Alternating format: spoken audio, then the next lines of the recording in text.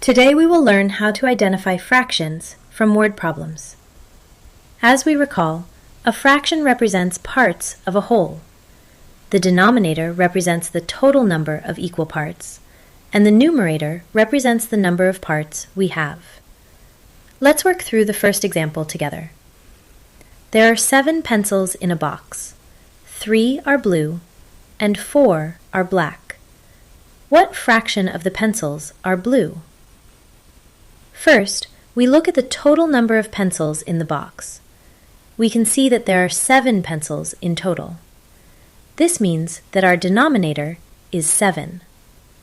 Next, we need to look at how many of the pencils are blue. We can see that 3 of the pencils are blue. This means that our numerator will be 3.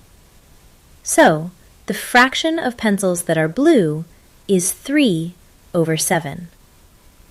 Let's have a look through the second example. There are cars with 2 different colors in a car park. 5 of them are blue, and 4 of them are green. What fraction of the cars are green? First, we need to find the total number of cars. We can see that there are 5 blue cars and 4 green cars, which means there are 9 cars in total. This means that our denominator is 9. Next, we need to look at how many of the cars are green.